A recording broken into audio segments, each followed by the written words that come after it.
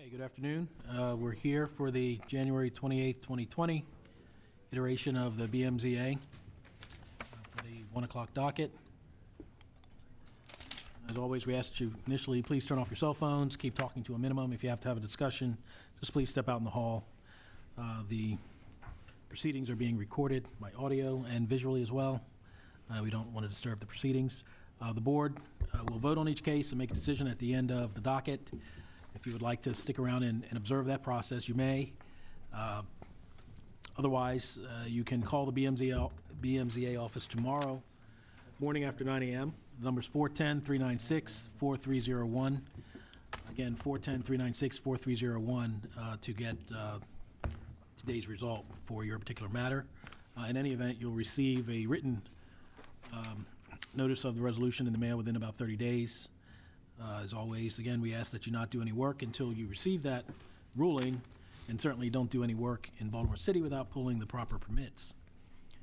We do not have any postponements to announce, so we're going to move on. Well, I don't have to call that, apparently. Do I or do I not? I don't. All right. So we have a number of cases on the consent docket. Let's just go through those, and when I call those cases, line up to my left.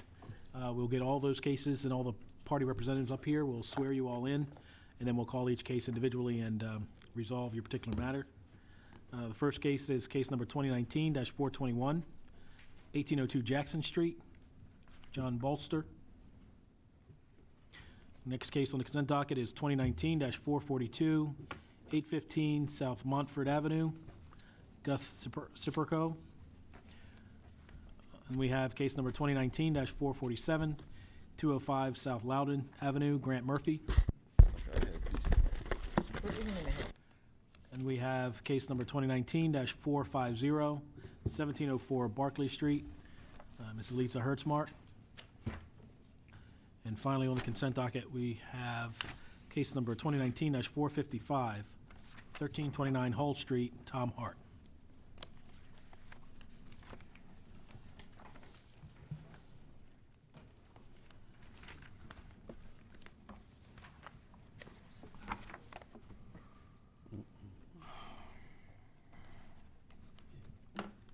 Looks like that's everyone. We just swear the parties. Raise your right hand, please. Do you swear or affirm the testimony that you're about to give in this hearing will be the truth, the whole truth, and nothing but the truth? I do.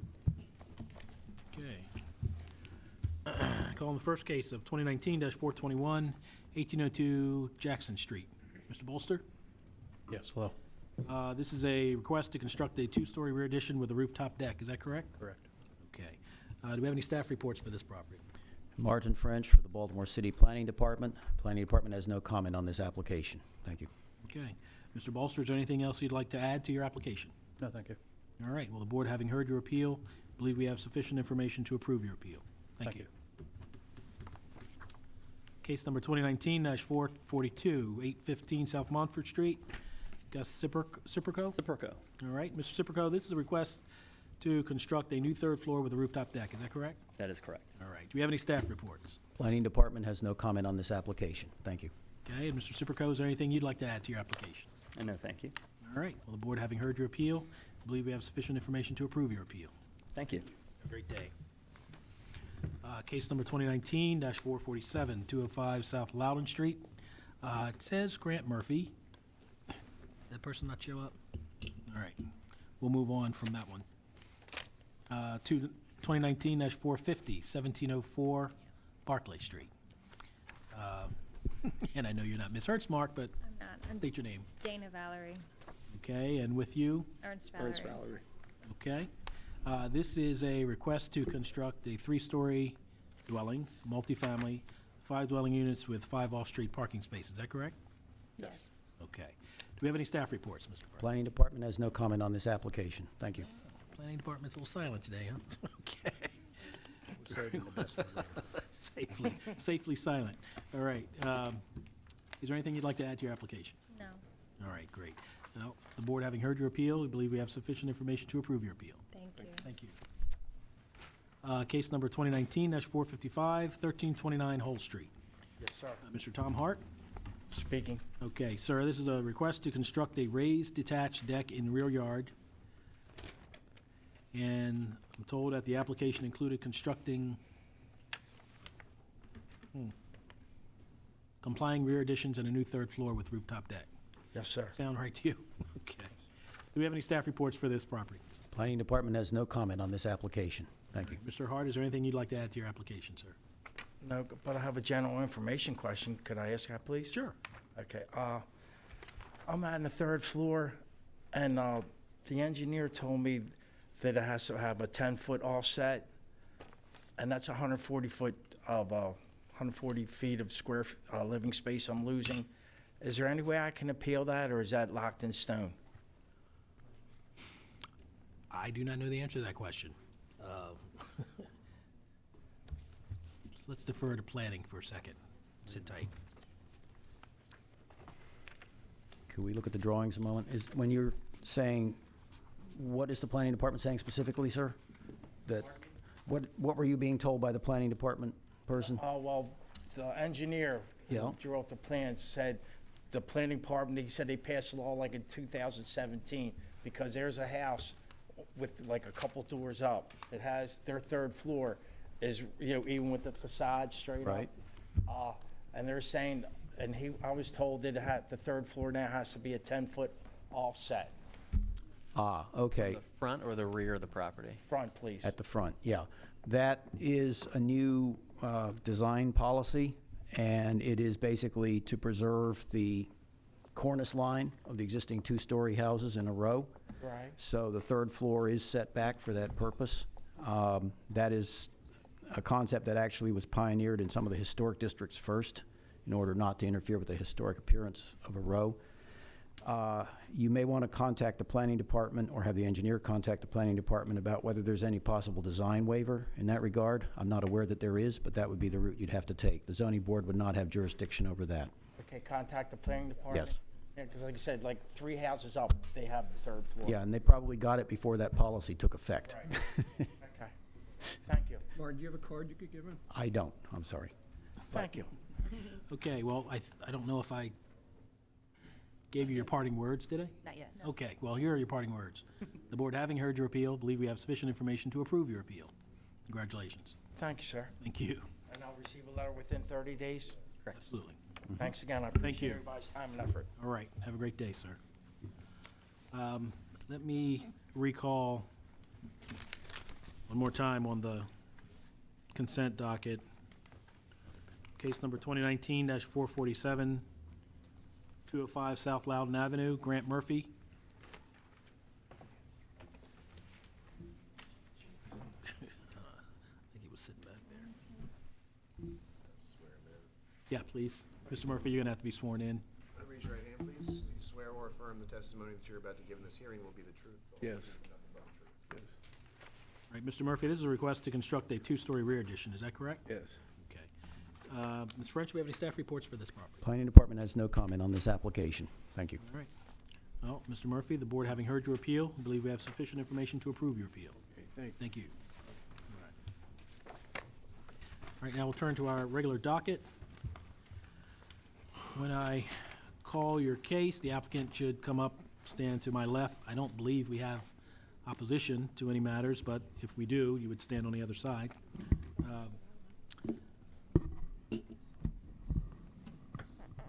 Okay, well, let's just call them. Case number 2019-349, 598 West Patapsco Avenue. Mr. Woolman? Good afternoon, Mr. Chairman. Good afternoon, sir. This is a request to use portions of the premises for temporary storage of used and damaged operable and inoperable automobiles, trucks, other vehicles, trailers, and construction equipment for wholesale online auctions. Is that correct? That's correct. All right. Could we swear the party? Raise your right hands, please. Do you swear or affirm the testimony that you're about to give in this hearing will be the truth, the whole truth, and nothing but the truth? Okay. Still tied up. Do we have any staff reports for this? Yes. First, we have a letter dated January 27th, 2020 from Edward Reisinger. He writes, "The purpose of this letter is to express my support for the above referenced appeal. I am pleased a large employer such as Copart Inc., continues to choose to do business in Baltimore City and my district particularly. It is my understanding the BMZA approved the same exact request across the street in 2018, and I therefore urge you to do the same in this matter. Thank you.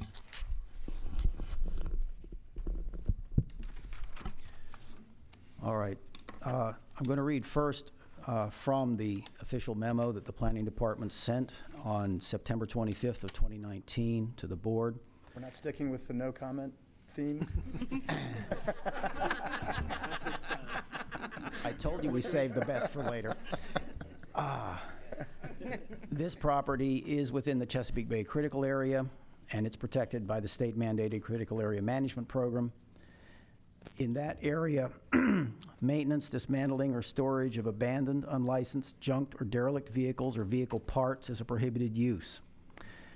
And on the basis of an interpretation of that particular part of the zoning code, section 7-406, the Planning Department recommended disapproval of the application relating to outdoor storage of damaged, operable, and inoperable automobiles, trucks, other vehicles, trailers, and construction equipment, because that proposed use is prohibited in the Chesapeake Bay Critical Area, in which the portion of this site proposed for this use is located.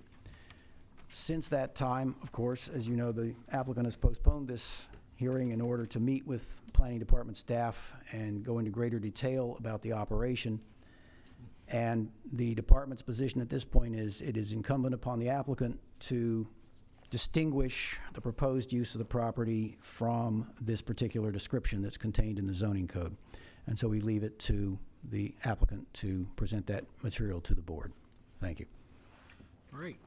Well, Mr. Woolman, having heard from planning, tell us about your project. Yes, I'd like to thank Mr. French and Ms. Attila from planning who met with us both the day before Christmas Eve and then a couple weeks ago to discuss Copart and Copart's operation. And Mr. French also alluded to the fact that this board considered and approved the exact same request directly across the street on Patapsco Avenue back in October of 2018, and I'll submit a copy of that resolution for your consideration.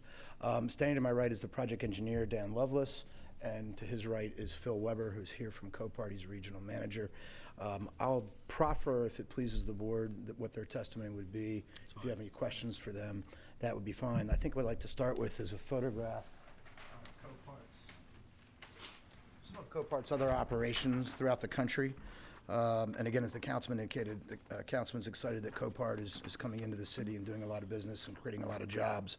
But I'll pass this around, and a picture's worth 1,000 words, and I think the first thing you think about when you look at these photos is you don't necessarily think junkyard. Looks more like large parking lots at airports or a large car dealer, and I'll get to the car dealer point in a second. The body of water in one of those photographs is actually the Hudson River. You can see the close proximity we are to the Hudson River for the one site. Mr. French's report alluded to a couple sections of the critical area manual as well as the zoning code, and I'll address those shortly. Before I do that, I'll also introduce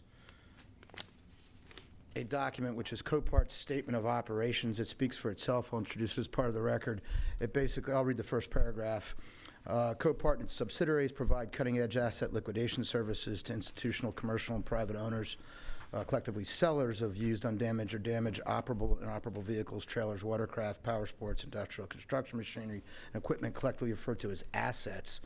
Most sellers are insurance companies, licensed dealers, financial institutions, charities, municipalities, and fleet operators. Copart asset services include the short-term, and that's a key word here, short-term storage and sale of assets and ancillary receiving, shipping, lien sale, and administrative activities.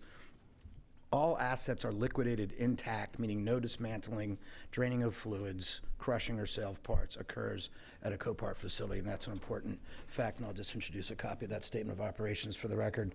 I also have a brief flow chart which outlines the business process and again highlights the temporary nature of any storage that takes place at the facility, and I'll just, again, it speaks for itself, and I'll just introduce that. Very well. And then I mentioned the dealer car dealer aspect as opposed to junkyard aspect of what Copart does. Copart currently operates 2 other facilities in the state. One is in Finksburg, the other is in Waldorf, Maryland. And when we pointed this out to Ms. Attila and Mr. French at one of our meetings in planning, they've definitely raised their eyebrows and thought that it was an interesting point to make, and that is that from the state, we actually receive a wholesale dealer's license. We don't receive a scrap or salvage or any license like that. So I'll introduce both copies of those licenses for our other facilities, which again supports our argument that we're distinguishable from a junkyard. Now to the law itself and the critical area manual. In the overall critical area, a prohibited use is a junk or scrap storage yard. And again, even with the passage of Transform Baltimore a couple years ago, we don't have absolutely every use possible listed in the zoning code. So oftentimes we come across a use which isn't perfectly defined, and that's where we are here. And that's why the zoning administrator has determined the board needs to make this ruling. If you look at the code's definition of junk or scrap storage yards, it states as follows: any premises used for any one or more of the following: the commercial, industrial storage, temporary or otherwise, and it does say temporary, but then it states unprocessed metal, processed metal, waste paper, rags, or other junk. And if you look at the rest of the definition, the next 2 subsections, the purchase or sale by weight across an on-site scale of unprocessed metal, processed metal, waste paper, rags, or other junk, and then the sorting, baling, separating, shearing, shredding, or torch preparation of metal or any other form of scrap metal processing, including automobile flattening and crushing. So that's only a reference to automobiles, and it refers to when you're actually flattening or crushing an automobile. As we already stated, we don't do anything like that at this site, and these vehicles are moved on from the site intact. The board, in its consideration of this request back in 2018, ruled that we were an outdoor storage yard, and I would ask that the board remain consistent with that decision. The outdoor storage yard is defined in the zoning code as a lot, the principal or accessory use of which is the storage other than with an enclosed building of any material for longer than 24 hours. Outdoor storage yard includes all storage, whether for sale, lease, processing, or repair. And then I would submit a copy, I'm sure you probably have it in your file, of the October 3rd, 2018 resolution from the board. This was also for Copart. This is directly across the street on Patapsco Avenue in the same critical area that this particular site is in. So that's the copy of the board's decision then. And I believe I'll submit at this time unless you have any questions of me or of my clients and the engineer. I would point out that in speaking with the councilman, he was glad to hear that Copart would be cleaning up this property, and we do have a aerial photograph and a site plan.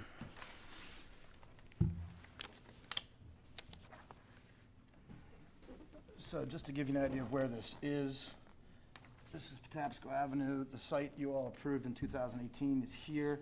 This is the additional site that Copart is growing across the street. There's a lot of dumping and debris that's been going on for a long time there, and the councilman was very excited to hear that Copart would be cleaning all that up. And we have the site plan too, in case you need to see it. That's been filed with our application. Any questions from the board? Nope. Do you sell the vehicles for parts?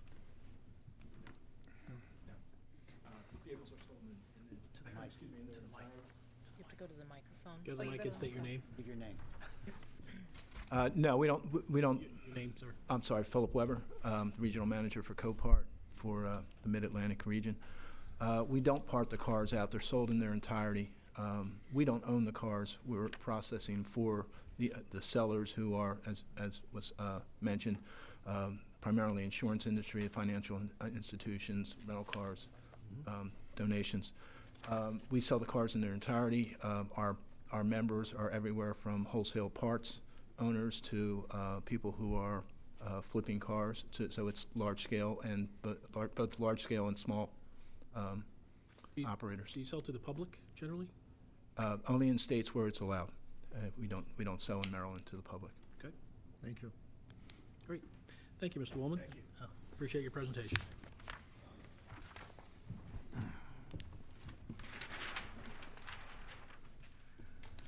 Okay, calling case number 2019-402, 414 Wilson Street, Reynard Damon.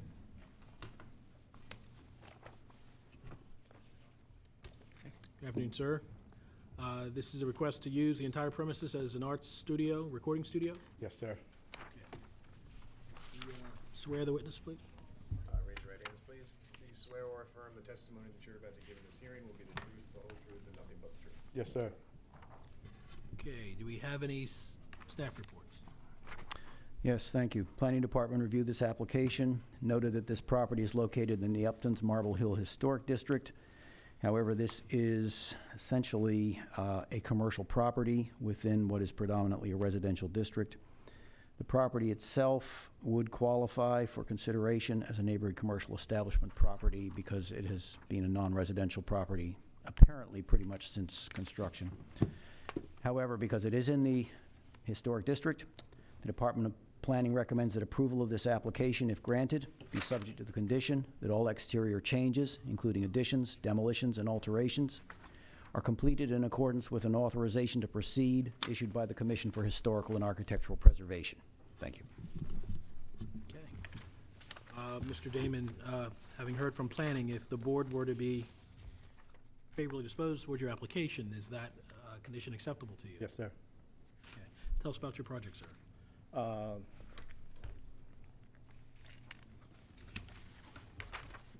Creating a hub for the building down on 414.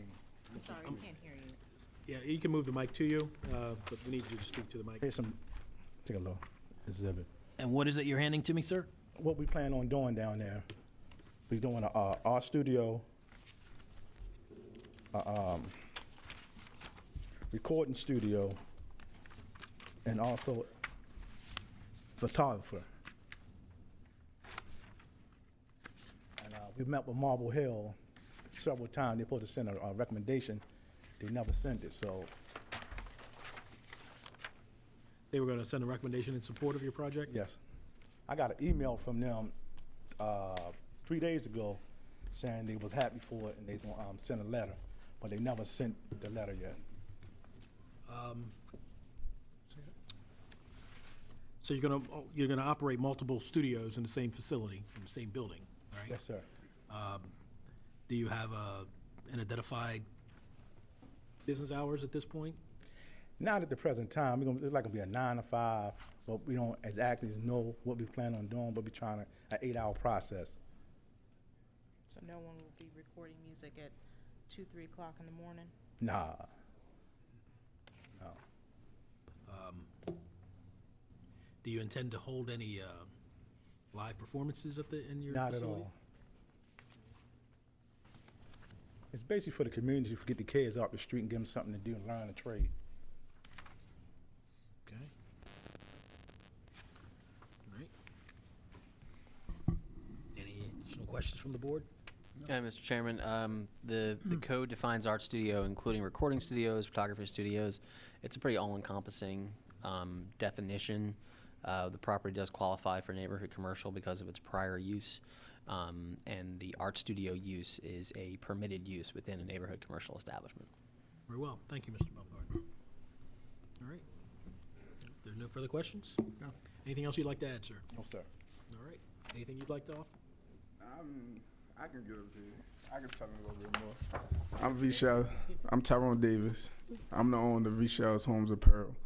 So I created this for my son and his buddies to have somewhere to go at to do music, photographing, arts, computer, webbing, design. This is the things that they do.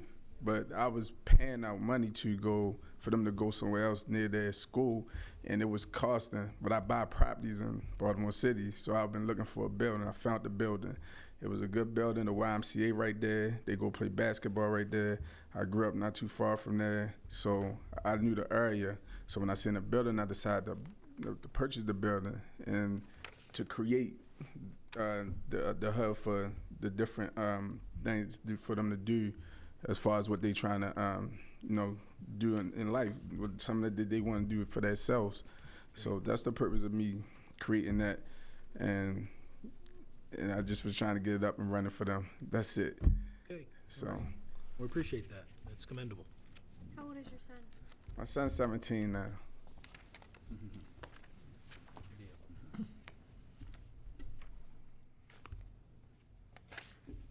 Yes, Mr.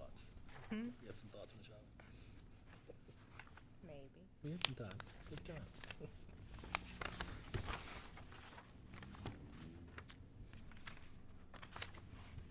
And so when you have accessibility, so if someone is interested in cutting a record, they can rent space in order to Yeah, rent that's studio time to do it, yeah. right. And then I also created. I have ideas, a lot of ideas. Well, you know, you got. It's not that I know what it's like to pay for studio time, so I just give a day or two. I mean, hours out the day, whichever day out the week. I decide that anybody, you know, they got a chance to come in and cut the records or do whatever they want to do for free.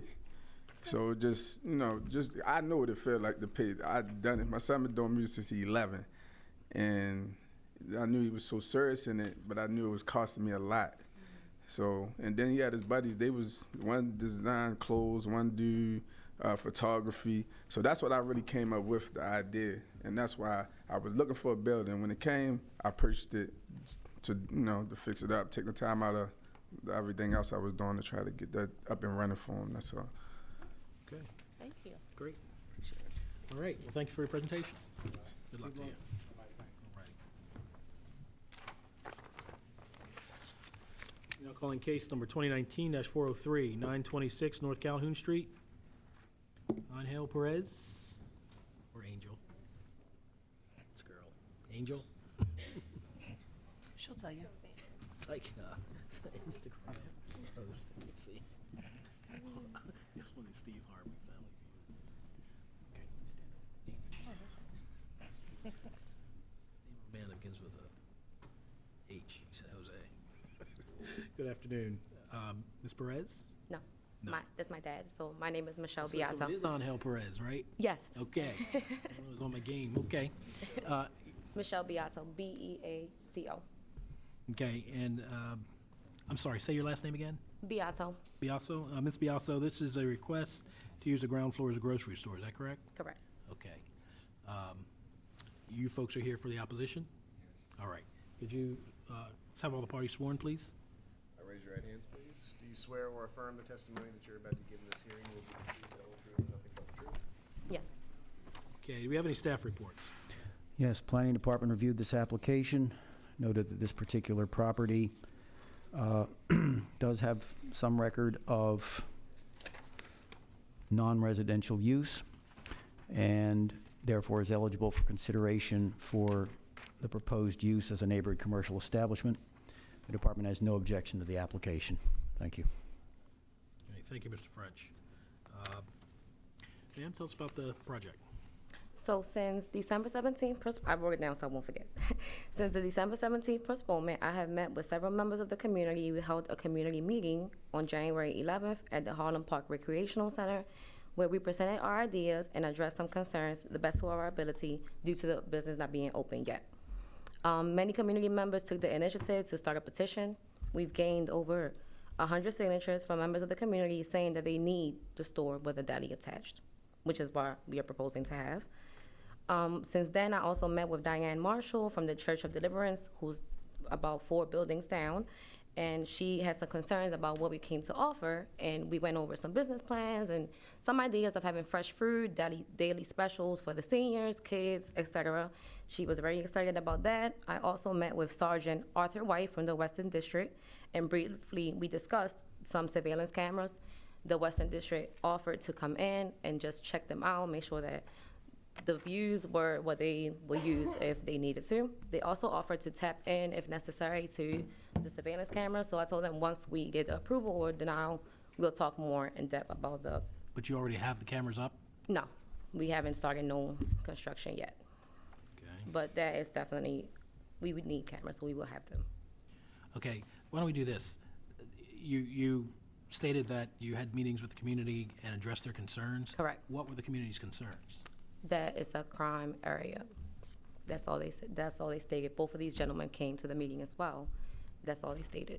Okay, and in response to that, you proposed Surveillance cameras. surveillance cameras. We also met with Mr. Tony White, Deputy Director of the Mayor's Office, and we addressed repairing the street lights. So I expressed that to them, letting them know we will brighten up the block if possible to the best of our ability. What about lighting around the property? Would you put up lights outside? Absolutely. There are 2 lights there already, since the property is not open, it's not bright. Once we open, if we can, they definitely will be there. So is the concept more grocery store than convenience store? Like there's actually going to be vegetables, fruit? Yes, correct. And a deli in the back for like lunch meat sandwiches and things What like are the that. hours of operation? For right now, we are going for 9 to 8, Okay. but that's willing to change if necessary. Did you have an opportunity to meet with the opposition? Yes, ma'am. Okay. Which one of the gentlemen actually signed the petition that he was for the store opening. Do you plan to have a bulletproof glass at the pay station? Not necessarily to block in the store entrance, but to have some degree of behind the in front of the register, yes. So the answer is yes. Yes. But not on the person operating the deli? No. So it will be just like a cased in register area countertop, and then everything else is open space. Is that in your design plan? Where's that in this plan that you? Let me see. It should say register area. It says counter. Yes, so that counter area will be the only thing cased in. Okay. Yes. And you see the door entrance for the person running the register at that time. And you said 9 to 8, is that 7 days a week? Yes, closing earlier on Sundays.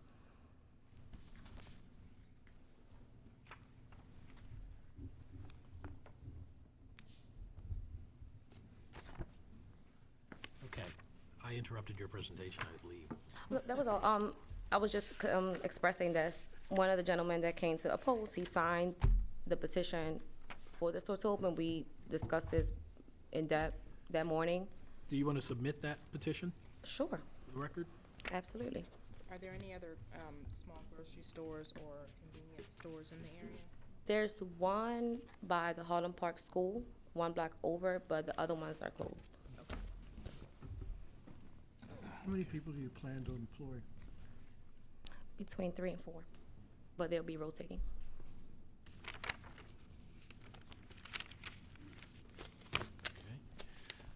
All right. Is there anything else you'd like to add to your presentation? No, I just want to ask Ms. Sheila. She's one of the community members. She grew up in the area. She's been helping us a lot, so maybe she has something to say. Okay. Good morning, afternoon. My name is Sheila Washington. I'm a community activist for this community. Yes, ma'am. So I not only was raised in this area, but I still work in this area. I work with the teenagers. I do a teen parenting group every other Friday at Harlem Park Rec. We do have a drug problem in that community, but it's just not at that community. It's different areas. So what we are trying to do, we work with the guys. Some of them guys that was on the corner, they signed the petition. They're not just out here doing this, that, and the other. They out here trying to help us too. So they came into the meeting, walked down, signed their names, this what they need, this what they want. Some of the elderly people that can't get to the market because now they get close shoppers. One store is like 2 or 3 blocks down. Another store is like 4 or 5 blocks over. So this is gonna be the grocery store in the community. They will have fruit. They will have vegetables and stuff like that. I even work with one of the guys that worked with the city that was going to the community stores to get the fresh fruit and vegetables into the stores. So I think it's a good thing that they're doing. I think it's a need. They need it. Not only that'll be the grocery store on one corner, we have a beauty salon on another corner, and we have a barber shop on another corner. So it's not like a haven place where there's a whole bunch of bad people stay right there. Kids, all that stuff come around and stuff. So it's like a good thing that it's needed for these communities, for these elderly people that can't get far, so they can come if they need something to eat. Sure. So. Okay. Any additional questions for the applicant right now? No. All right. Okay, gentlemen.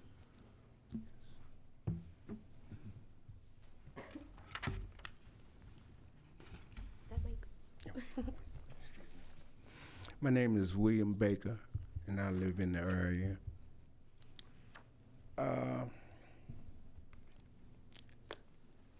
I'm not opposed to the grocery store, per se. I'm opposed to just about anything that gives these drug dealers opportunity or affords them a place to stand around, hang around, because the area, like she said, it's a known drug area. And the lighting sounds good. the surveillance sounds good, but the area it's a dangerous area, right?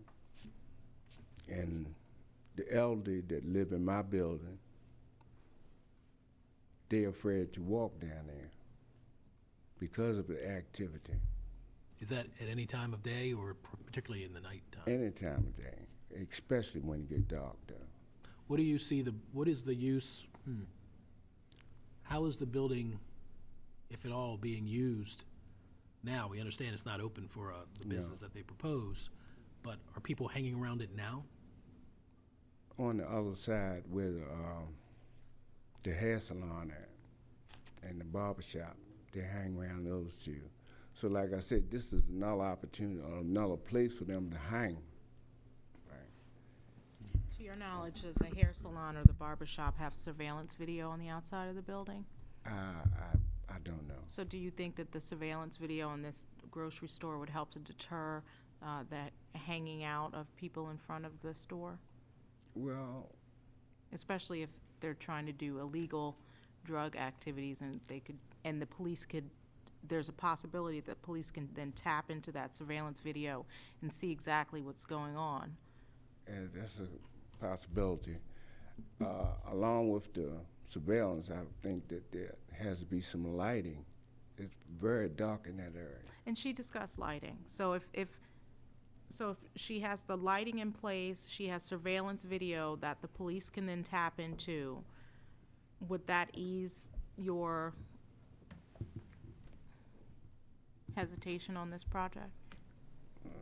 Somewhat. Okay. Anything else But you'd like to add? I'm sorry. As it stands now, I don't know. Okay. That's about it. Okay, thank you, sir. Sir? Good afternoon. My name is Niles Ringo, and I'm a presiding resident at 1510 Harvey Johnson building, which is about a block away from where this establishment is trying to get started. Basically, I could stand here, and we all know, because we from Baltimore City, it's a drug-infested city, in the neighborhoods. And I spoke to a lot of elderly people within that building. Yes, sir. You know, not any time of the day would they come down there, even if they don't open, whether they do open, because of the fact afraid that someone will rob them or hurt them. Got a lot of kids in that neighborhood, you know. Then as far as the lighting and the camera surveillance, I don't know about that. Police station West, this is about a block away, and all they do is roll through there. And I'm guaranteed that neither one of y'all on this board will walk through there right now. It's a very dangerous neighborhood, day or night. So I'm curious, sir. What is it, if anything, that you suggest should occur in a very dangerous neighborhood where nobody wants to walk around? There's, like I said, you know, I don't even walk through there. I either go one block out and down. You know, there's no patrol. Do you think the establishment of a grocery store, an active business, would lead to and bring some law enforcement to that area? Hopefully, but what I'm saying is this, it's going to bring criminal activity as well. You know, whether or not that the Western District Police Station going to get involved and have around the clock, or when this particular area is open, to patrol that area, it's made to be seen. You know, since I've been living in that neighborhood, you know, numerous of murders, crime, and everything, especially on that end. So, okay, all right. Because my query to you is whether or not the neighborhood should just close up and die. No, I didn't say that. That's not what I'm saying. Let me finish. Or whether it can have a renewed sense of life about it, with some activity, with people moving around, so that the criminal element and everybody else knows that this is an establishment that's here to stay, that's here to serve the people, that we will have law enforcement protect it, and the patrons that serve, so folks like you and the people who live in the building that you live in can not be prisoners in your own home anymore. Is that a possibility? That's a possibility, but it still is remain to be seen. See, a lot of things is said, but it's nothing that's really being done. Except That's somebody another coming to open a subject. business. Right. My whole thing is this, that there was establishment, convenience store across from where she want to open. Yes, sir. It was just a hangout. It was just a hangout. So you're concerned that that could be a duplication of what happened? It's a possibility. It's mainly to be seen. And whether or not what the owner's going to bring to the neighborhood as far as selling or buying it, whether it's going to be reasonable price, everybody on a fixed income in that neighborhood, whether it's going to be affordable, you know. So a lot of things is up in the air. Sure. And that would be the business owner's business model to make it affordable so that people can buy the stuff so they can stay open, right? True. Okay. All right. Thank you, sir. Appreciate your commentary. I wanted to say something, excuse me. And I know we spoke, and he told me he lived in the Harvey Johnson Towers, Yes, ma'am. and he talked about the safety of the community down there. That building is a mess. More drugs in and out, and they have security. And we spoke about that. I work in that community. I have done block parties, back-to-school block parties for 10 straight years. Never met this man. People come from all over to this block party. Never met this man. People come from that building down to that store. It's an old lady, the lady about 90-something years old. Go to the store, can't get back. I'll put her in my van. I'll take her back to the building. I'll take her back to a building. So people do come down from that building to those stores, you know. And I'm like, dude, I just don't get this conversation. Like, it's like, this is what's going on. Like, it's only here. No, it's where you live also. Harvey Johnson Towers, y'all can look it up, 1510 Moja Street. I used to live 1504 back in the 60s. I might not look that old, but that's where I used to live at. But I'm just saying, stuff happens, the community grows, it tears down, but you have to build it back up. Or you're gonna be part of the process of building it back up, or you're gonna be one of the ones that's gonna help it just keep tearing it down. We're to help build it back up. That's what our process, that's what we wanna do. Understood. All right. Are there any further questions from anyone? None. Thank you for your presentation. Thank you. Good luck to you.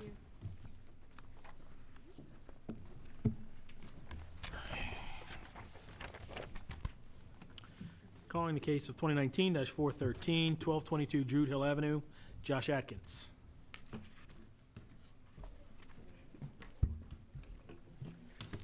Good afternoon. Good afternoon, Mr. Preto. This is a request to continue to use premises as a 3-unit dwelling, is that correct? That is correct. All right. Let's swear the parties. Raise your right hands. Do you swear or affirm the testimony that you're about to give in this hearing will be the truth, the whole truth, and nothing but the truth? I do. We have any staff reports? Planning Department has reviewed this application, noted that this property was previously authorized for multifamily use, and has no objection to the application. Thank you. Thank you, Mr. Friend. Mr. Preto, tell us about your project, sir. Good afternoon. Nate Prettle, land use consultant here on behalf of Josh Atkins. This proposal is to reestablish and renovate the existing 3-unit dwelling. I think that is key to the request here. This has been a 3-unit property in the proposed configuration as long as city records I could find. They couldn't find the zoning card for it. I was hoping it would show further back, but at least through the online permit record shows back to 2007, over a dozen permits issued from 2007 all the way up through 2019. I should mention that the city has issued roughly 5 permits within the past, some as recently as less than 2 months ago, for various improvements tied to this, and they were listed. I even have some inspection reports. I don't know that I need to submit them today, talking about the different units. I became involved in this project when one of the permits was kicked out of zoning administration and sent to the board. And there is a clear distinction between the old zoning code, where if a property lapsed in their non-conforming use, it would revert, after a year, would revert to single-family status. If that were the situation here and we were under the old code, this wouldn't even be before the board. This would be at the city council. Being in an R8 zoning district, it would be a conditional use conversion. That provision is not in the new zoning code. Zoning administration did not revert this to single-family status, but at some point they decided that it did require, because of the lot area, this does not have enough lot area for 3 units. It is really a 1,620 square foot lot. It requires 1,875 square feet for these 3 units, meaning roughly 14% variance. That's why, according to zoning administration, we're here today. The arguments in regards to uniqueness of the property as well as the hardship are tied to the existing configuration of the structure. We have a structure that has been solely used as 3 units for, again, as long as city records can list. We have a history of permits over the last 12 to 13 years, all for a 3-unit property. So there was work done prior to a new occupancy permit being issued in 2013. There was a series of improvements after that. Then it lapsed for about 2 years. The current owner who had purchased it has been making some improvements, and he filed an occupancy permit as well as a single building permit that got kicked up to zoning.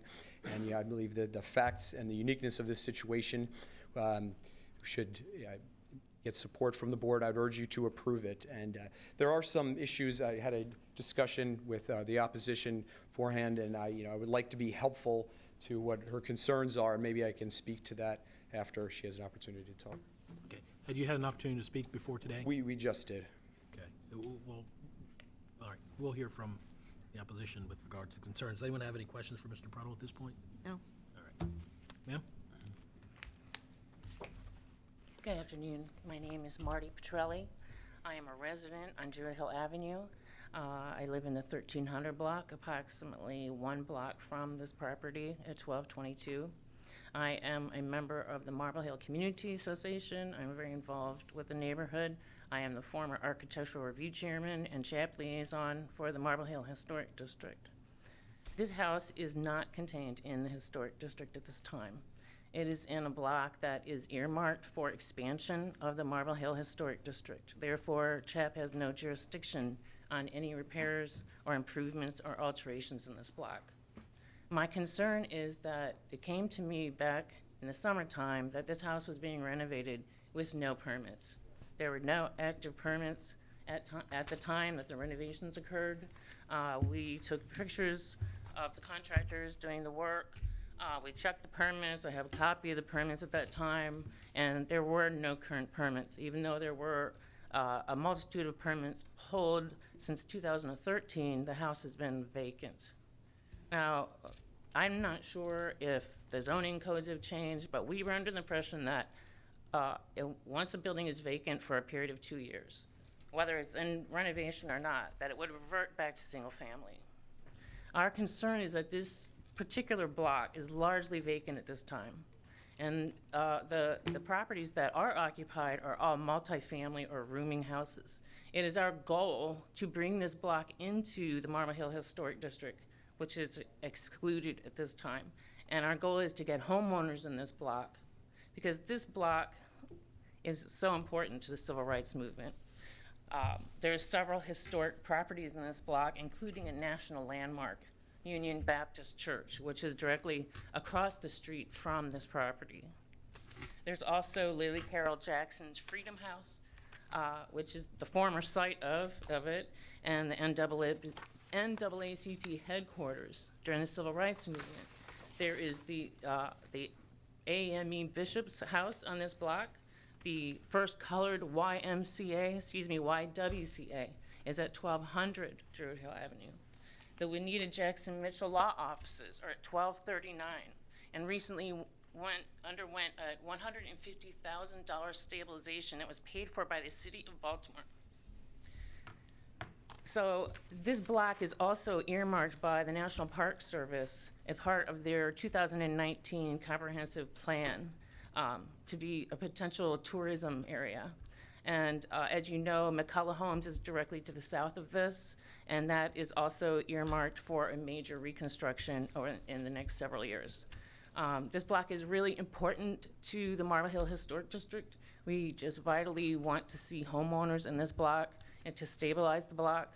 And with the National Landmark of Union Baptist Church, they are very opposed to this being continued or being reverted back to 3 units. And we're not happy that the owner, Mr. Emeka Nijoku has also acquired 2 other properties in the Marble Hill Historic District. And he has continued to renovate these properties since July with no permits whatsoever. He did not apply for notice to proceed. I have copies of pictures of those if you would like to see them. Those other 2 properties are at 1428 McCullough and at 1526 Druid Hill Avenue. And he turned them into rooming houses for transitional people that are either substance abuse or homeless, which is fine, but he doesn't register his properties. I've gone through a list of hundreds of properties that he owns. I can't find a single registration, a property that's properly registered to be rented or listed as vacant.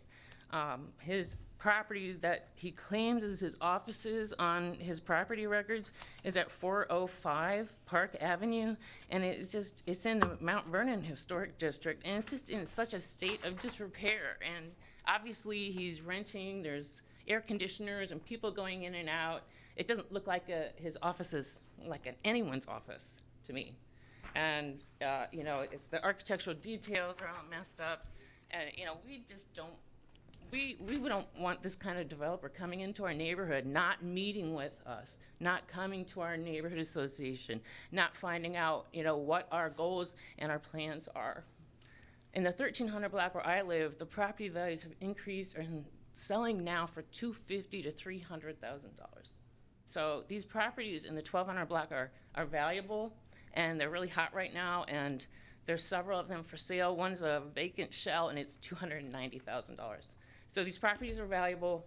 They have intrinsic historic value, and we ask the board to please not approve 3 units for a person who has a track record of not abiding by city codes, chap regulations, or any city laws. Thank you. Mr. Baumgartner, the standard that must be met by the applicant here with regard to 3 dwelling units is what exactly? The property was last authorized for use as 3 dwelling units. What was stated about the when a property goes actually empty, not vacant, for more than 12 months, it legally reverts back to single family. It was part of the old code. When the code was revised and enacted in 2017, that provision went away. So if there's a last authorized use for multifamily, it would not require a city council ordinance. The variance before the board today is for essentially part of the 3rd dwelling unit. They have enough lot area to have 2 by right. So the only variance at issue before the board is lot area for that 3rd dwelling unit. The multifamily is allowed by right in that zoning district. So it would be continuing that prior authorized use as 3 dwelling units. What's before the board is the variance for the 3rd dwelling unit. And does would we have any records regarding the permit history? I was going through that as... Chairman, I can submit what was pulled offline. Pardon me. And if Mr. Prettle can help identify, were there any violation notices issued for this property? I am not aware either way, to be honest. I don't see any in the permit record. That doesn't mean that complaints were filed. That doesn't mean that illegal work was being done. That illegal work was not being done on the property. I just don't see anything in the permit history to show that. But we have work permits in 2015 to do interior renovation, 2014 to do electrical work. Then there's a gap in time until 2019 when, again, there's renovation proposed by building permits and eventually a use permit which was denied, leading to the current appeal. If I may, I have a few words to address to the opposition. I'd just like to say, I sympathize with the position of the opposition, and I recognize the importance of this neighborhood. While investment is wonderful in neighborhoods throughout the city, it certainly has to be done right. And as a community board member myself in the city, I would support any community going after work without a permit, going after work in a CHAP district, and I would say they should continue to do so. The zoning aspect of this may be not the right mechanism, I mentioned that I'd be happy should became involved on behalf of the contractor. If she should want to continue my services, I'd be happy to help organize some sort of communication, because it's certainly not the situation that anyone would want to see. So I'll just leave it at that. But again, I would urge the board to support this. This has only been a 3-unit property. There is certainly uniqueness based on that on this block, and I'd be happy to answer any questions. Any questions? No. Board? All right. Well, thank you both for your presentation. Thank you. Appreciate it.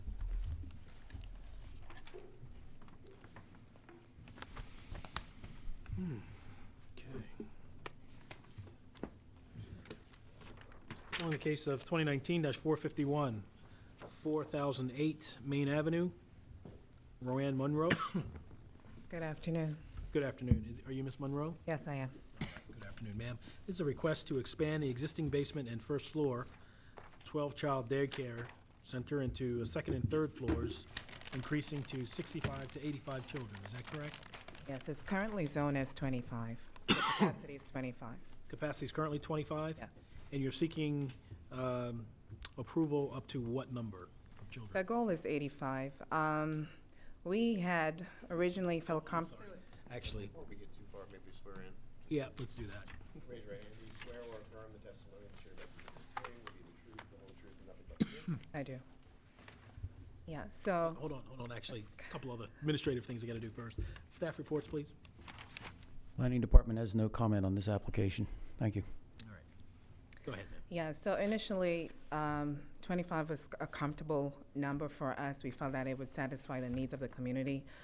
Within opening, I would say a month, we had 3 centers close, and we had 60 displaced families come to us looking for help. We just don't want to end up in that type of predicament again. We have also 2 major elementary schools, elementary and a middle school, on either side of Main Avenue. We have a rec center.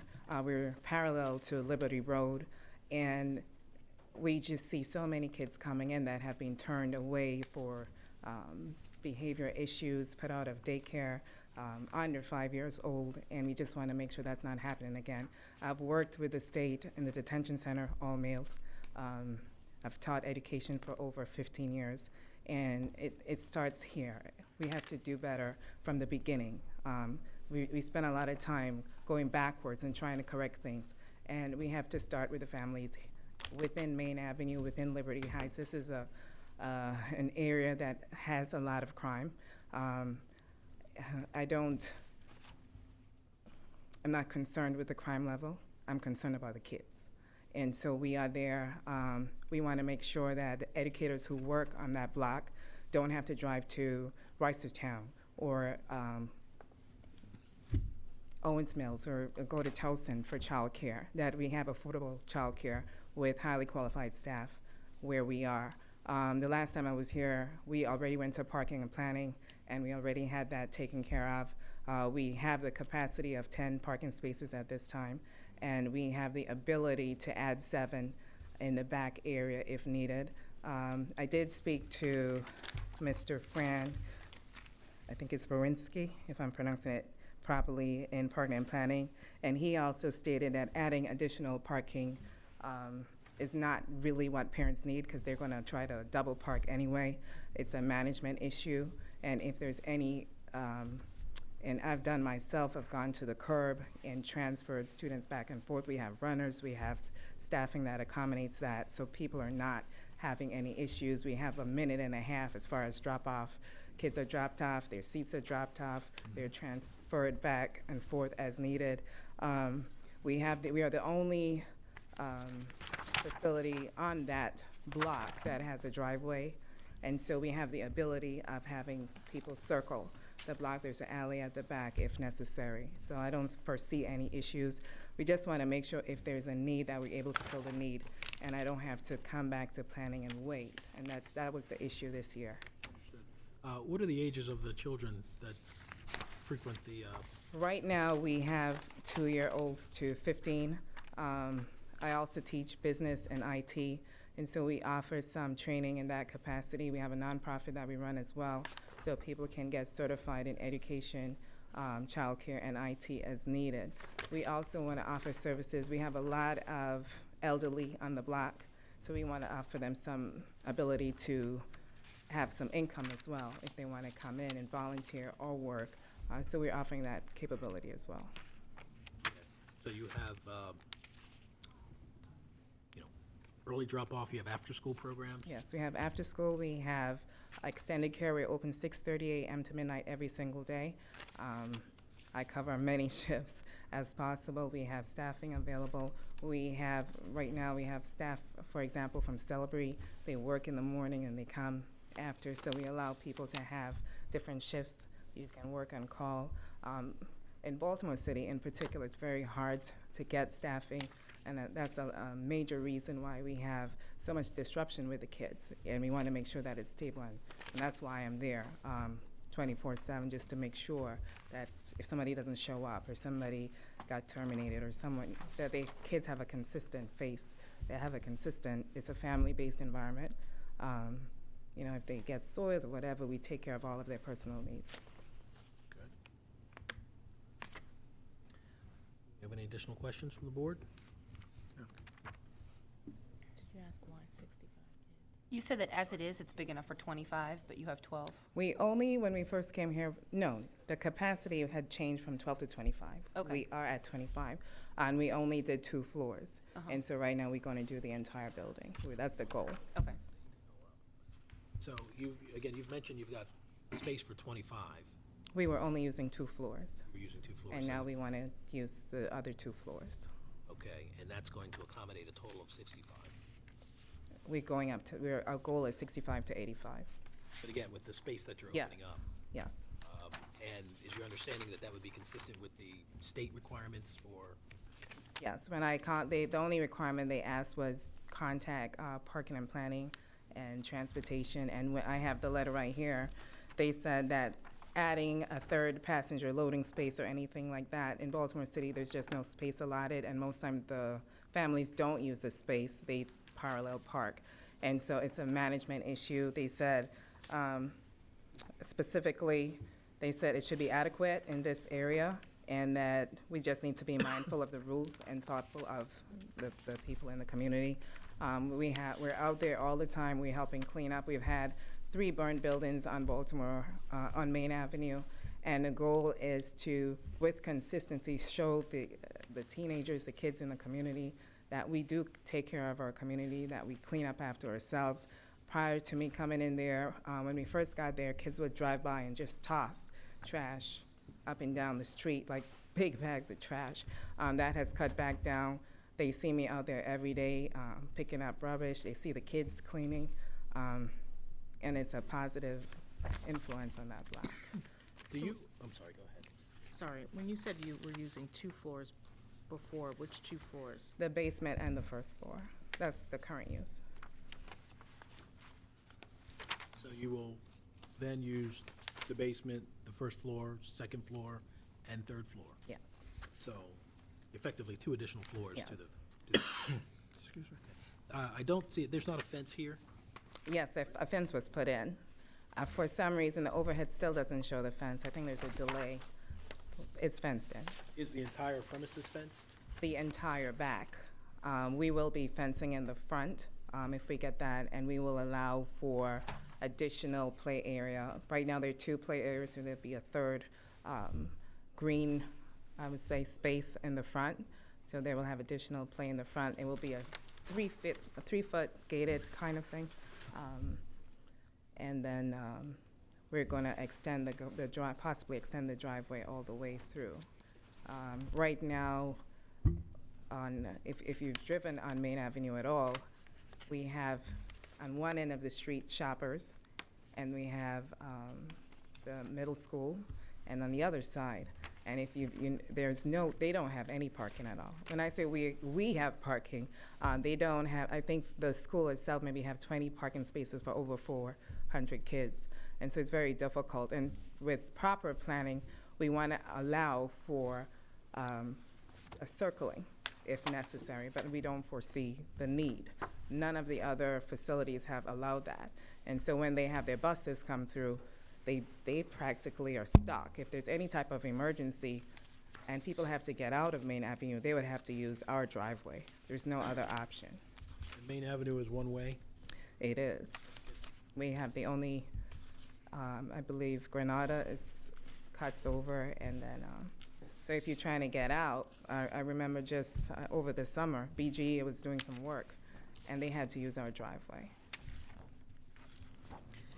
So typically for daycare appeals, the state of Maryland Department of Education can issue it's like a one-page letter that has an approximate number of children. You probably had that in your prior appeal for the 12 to 25. Did you contact the state of Maryland to get that second letter for the increased amount, or? They said we had to go through zoning first. That's what I figured. If zoning was okay, then we go to fire. If fire is okay, then we go to Office of Child Care. So from past experience, typically a first request of the state triggers that letter, and then subsequent for the same property, they don't issue it until local agencies approve it before they then go in, inspect the property for size, and then give their approximate number of children that would be allowed per the square footage and per the number of employees that are proposed to be in the building. Okay. All right. Very well. So we're a prerequisite to you going forward to doing the other things that you need to do, correct? All right, thanks a lot. Thanks for your time. Have a good evening. Thank you, ma'am.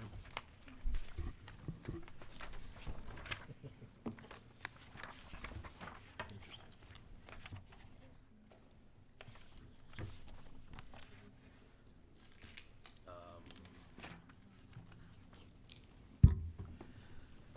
Okay, calling the case of 2019-452, 2306 Whittier Avenue. Hal Arnold.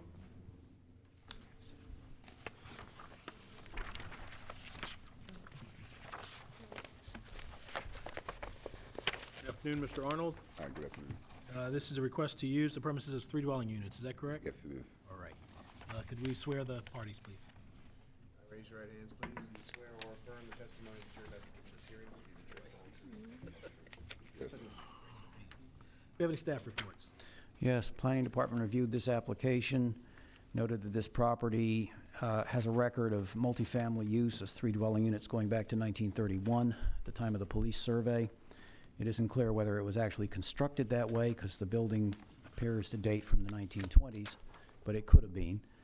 And the issue that caused it to become listed as a single family was that there was a period of vacancy, and under the previous zoning code, as you've heard already, that would cause its status to become a single-family dwelling under that zoning code. That's no longer in effect. For that reason, the Department of Planning has no objection to this application. Thank you. All right. Mr. Arnold, tell us about your project, sir. Yeah, we have a property at 2306 Whittier. The property was 3 dwelling units. It's been 3 dwelling units.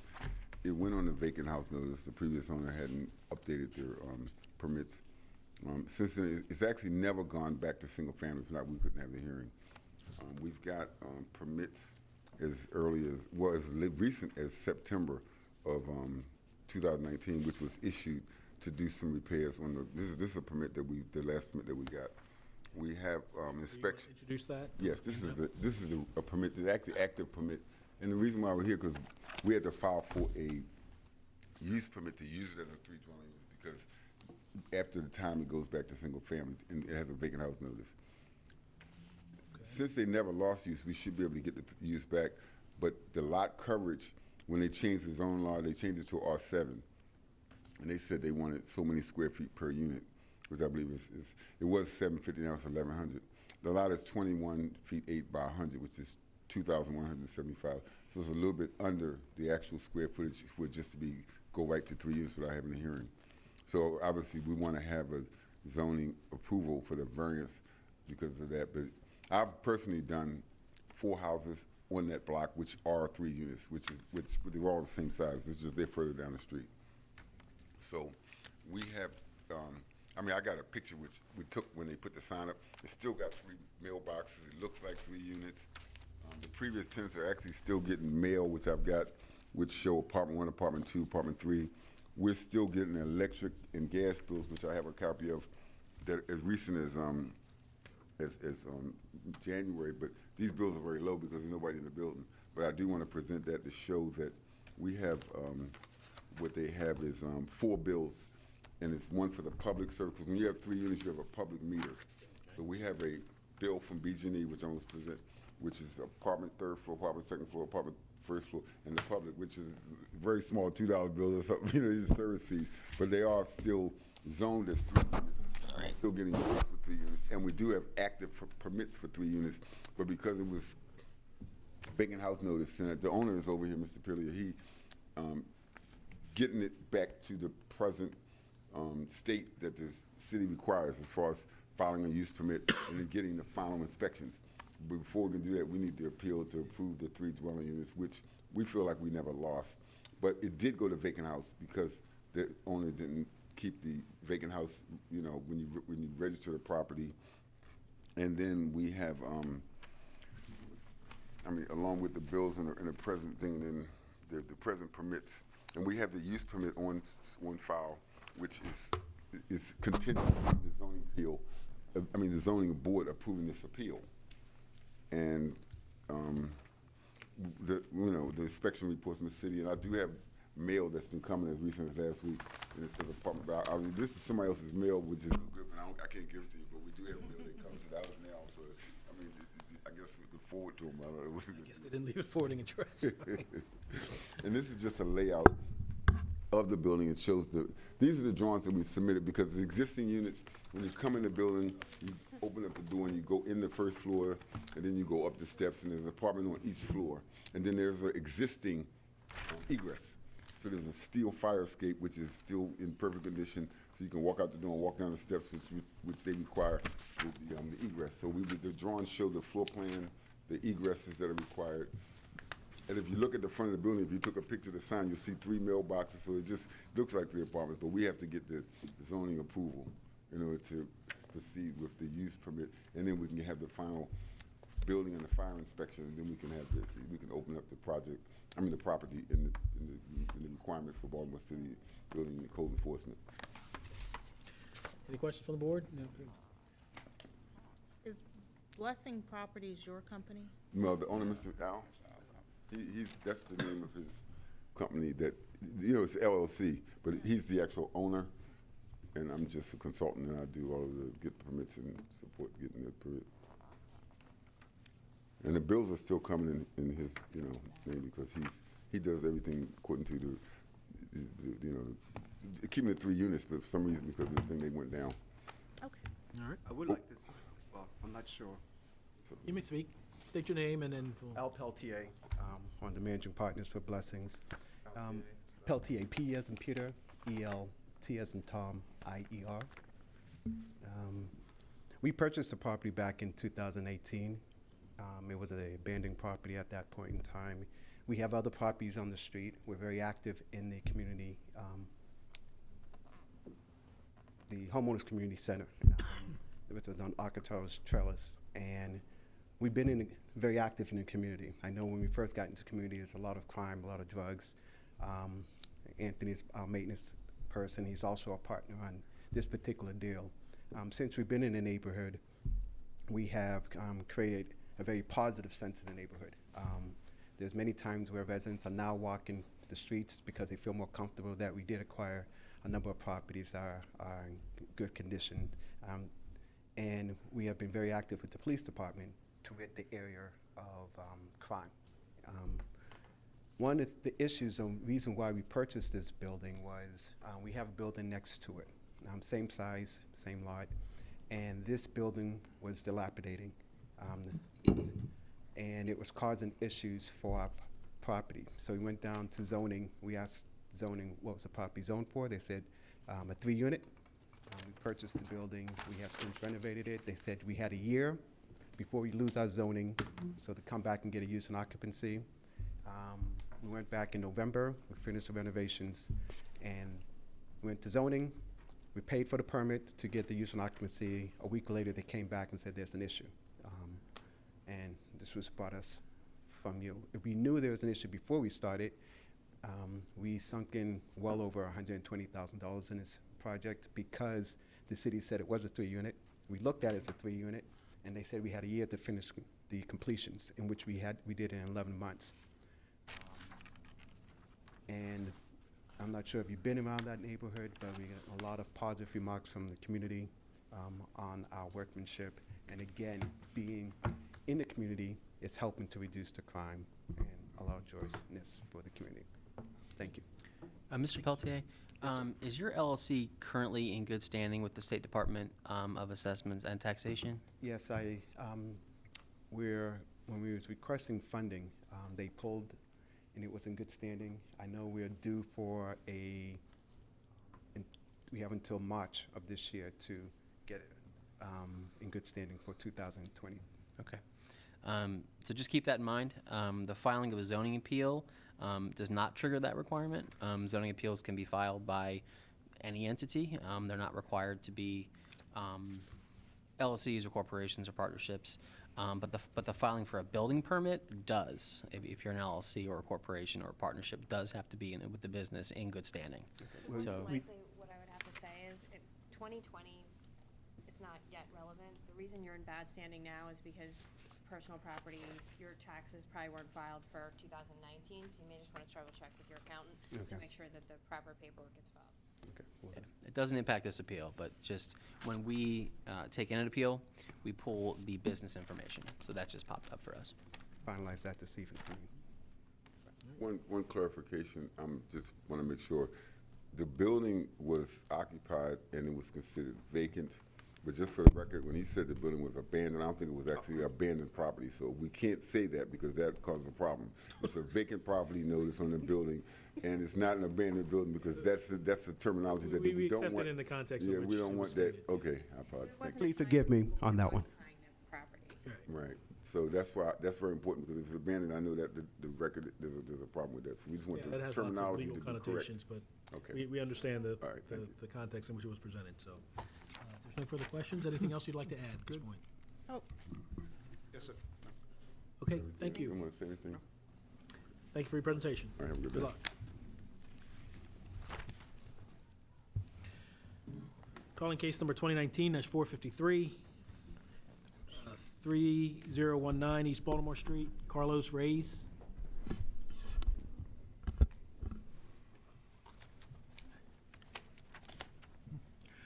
If you stand over here, sir, to the mic, front of the mic. Sir, this is a request to use, the property has 3 dwelling units. Yes. No, that's not. That's To not. use the first floor as a restaurant. First That's floor, why you're a looking at me like I got 3 heads, right? It's like, Yes. no, I don't want that. Yeah, use You'd rather have a restaurant instead of 3 dwelling use units. the basement for the storage and the first floor for the restaurant. Okay, let's swear the witness, please. Raise your right hand. Do you swear or affirm the testimony that you're about to above give the this hearing will restaurant. be the truth, the whole truth, and nothing but the truth? Yes.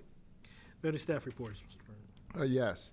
First, we have a letter from a resident at 18 North Elwood Avenue. They write that they oppose the appeal to open a restaurant in its current form. They said that Mr. Bravo had a previous appeal, 2019-266, which was rejected by the zoning board because it was a carryout. The only obvious update to this application from the prior application is the addition of 4 3-foot tables placed in front of the existing counter. This limited space allocation to tables does not suggest adequate revenue generation for inside sales and thus does not qualify as a true restaurant. There is precedent from the zoning board having rejected a previous case at 242 North Milton for the same reasons, that it was a carryout. In its decision to deny the applications, the BMZA defined the proposed business as a carryout due to limited amount of on-site consumption food sales that would be possible with so few tables inside these premises. Thank you.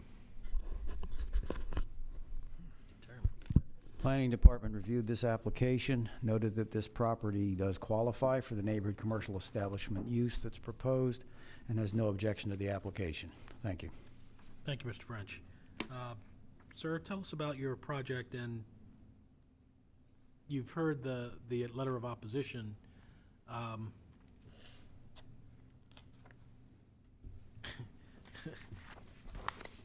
You have seating available in this premises? Yes. For a restaurant? Yes. How many? Yeah, I'm the owner for the property. Yes. Yeah, I mean, course, somebody gonna be sending a letter because this, but I be operator those that carry out, the West carry out bought in 7 years ago.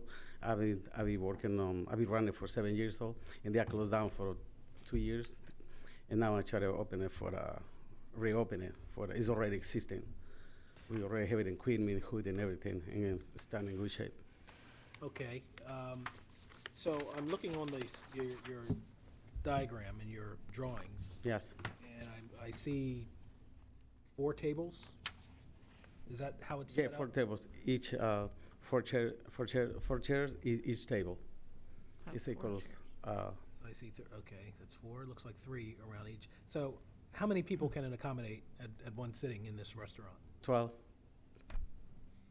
So 12 people? Mm-hmm. And what are the hours of the restaurant? The hours is gonna be 11 to 9.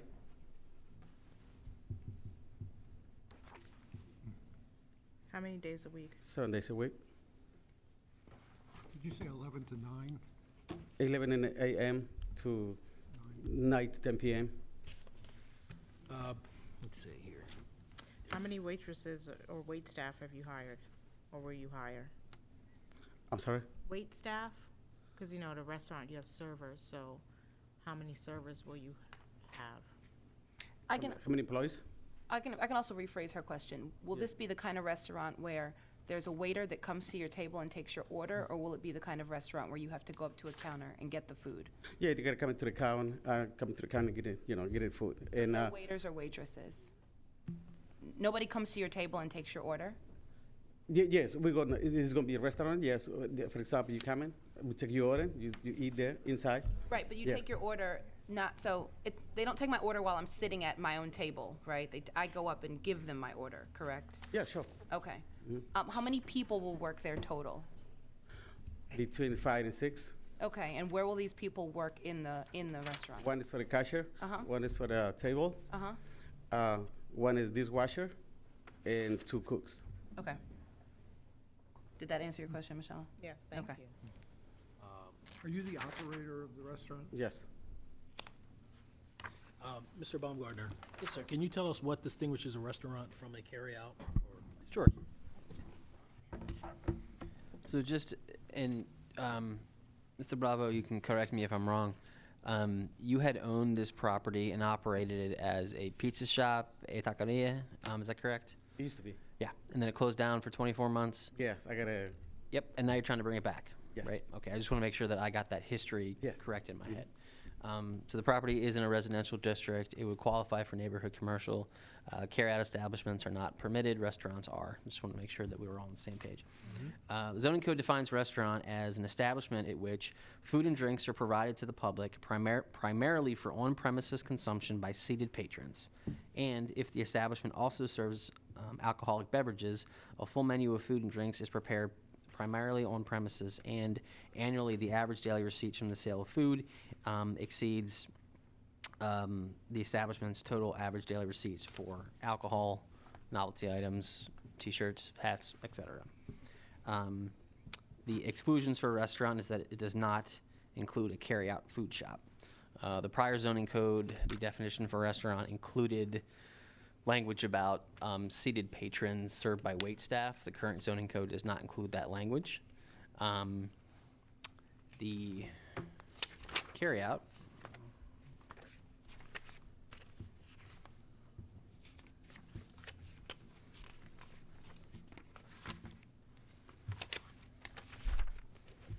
a carryout food shop, zoning code 1303T, means an establishment where prepared food is served in disposable containers or wrappers from a serving counter, primarily for off-premises consumption. So the board would have to determine whether or not the proposed use is a carryout or a restaurant based upon those definitions. Carryout would not be allowed. A restaurant would be allowed as a neighborhood commercial establishment, permissible by conditional use. Does this facility or will this establishment allow folks to call in and orders for pickup to take out? Sure. This is what new technology do. Right now, just call and pick up. A lot of people do it. They don't want to sit down. I mean, they don't want to eat inside it, so they can call and order online. Would the majority of your sales be for items to be taken away, or would the majority of your sales be for people to sit and eat their food there? Yeah, they can eat it. Is what I applied for the tables. They But can- would most of your work, or I'm sorry, would most of your sales come from the folks sitting and eating, or would most of your sales come from people ordering and then most, leaving? or in eating. What was your answer? I'm sorry. That was yes. That most of the sales would come from people sitting and eating.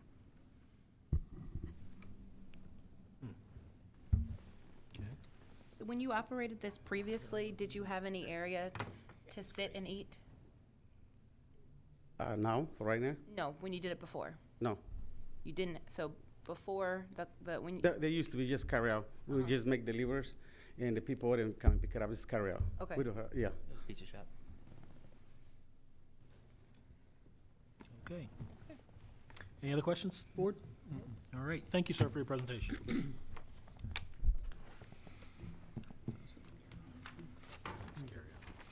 Let's carry out with a few tables in the back.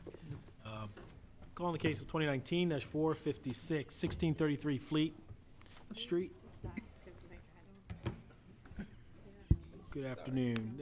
Intellectuals Child Development Center? All right, this is a request to use first floor as a 20-child daycare center with 7 staff, correct?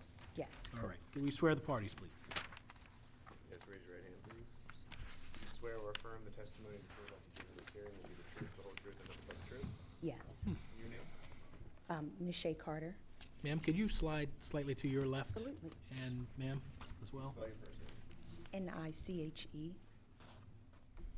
Say Carter. Yes. Remember your name real quick, please. Pamela Franks. Campbell Franks. Do we have any staff reports? Yes, thank you. Planning Department reviewed this application, noted that this property is located in the Fells Point Historic District. Also noted that this property is on a fairly busy street in the Fells Point area, and therefore it would be important for the safety of children during drop-off and pickup to have a passenger loading zone created in front of this property if possible. The department is therefore recommending that approval of this application be subject to the conditions that the applicant contact the Parking Authority of Baltimore City concerning a possible passenger loading zone in front of the property. And secondly, that any exterior changes, including signs, are completed or installed in accordance with an authorization to proceed issued by the Commission for Historical and Architectural Preservation. Thank you. Okay. Ms. Carter? Yes. Okay. With regard to the commentary by the Planning Department, well, first of all, in the packet, we have a photo here. Yes. Can you identify which is the building that is Yes. the So proposed facility? it's. I'll actually. I have a better one. Okay, great. Do you mind? Okay. Okay. This is the cute Oh, yeah, building. it's Okay. Yeah, we were determining from this photo which of these buildings, the cute one or some of the other ones was. It's the cute one. It's the cute one. Vacant? Yes, it's vacant. All right, the record didn't capture your question. Sorry. I just said, what is it currently being used for? It's vacant right Okay. now. New construction. All right, so tell us about your project, ma'am. So currently, right now, I'm the owner. I just want to give some background info. Owner and operator of Intellectuals Child Development Center, 15 plus years in the child care field. Currently, I actually own and operate 2 child care centers, both in the downtown area. One in Federal Hill, the other in Fells Point. The Fells Point one is 1716 Fleet Street. 1714, excuse me, Fleet Street, which is directly up the street from the 1633 Fleet Street. And we actually currently have a parking authority already in place. I can show you guys the pictures for this as well. For the 1714 Fleet Street. However, if this needs to be done for the 1633 property, I can certainly proceed with that as well. Need Meaning, if you're dropping off your kid, you park in the garage, walk your kid over, and then go back to your car? That drop off. I'll show you, I'm sorry. Oh, got it, yeah, got it, Yeah. okay. Oh, I wanna see. And I have Loading zone. Yeah, so you have a loading zone for the other Loading zone. facility that you believe you would be able to utilize for this one as well. Correct, yes. And then Right. How across the far street, away are they, the two of them? a block. Like a block, probably about a block away.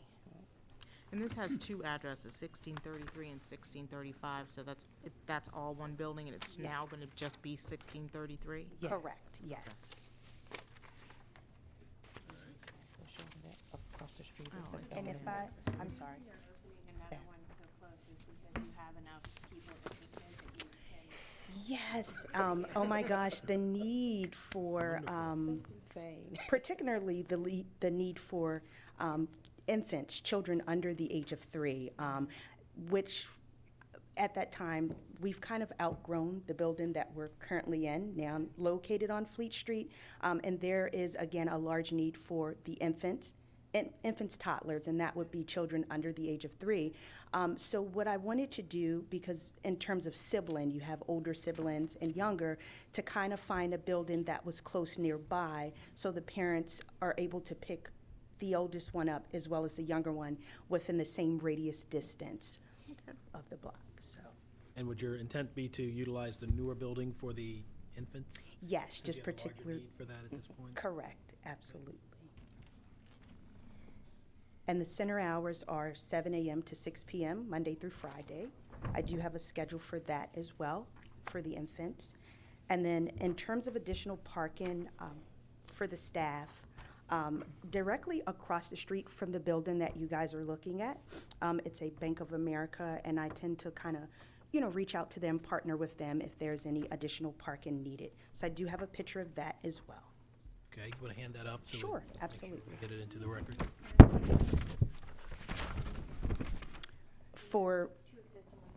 So the 735 South Hanover Street, the capacity is 17.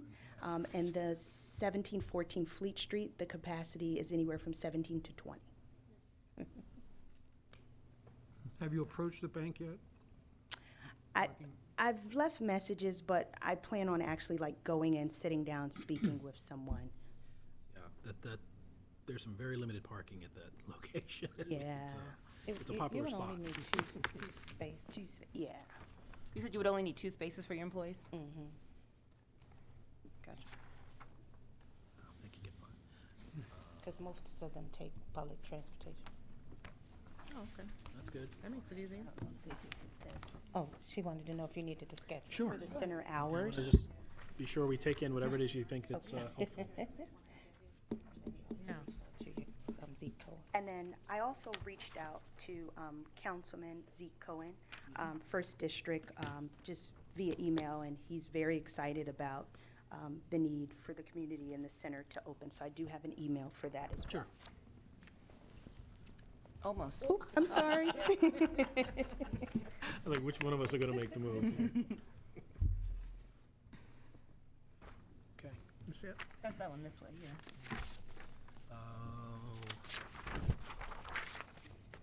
Any additional questions from the board? Nope. I'm good. Anything else you'd like to add? No. All right, good.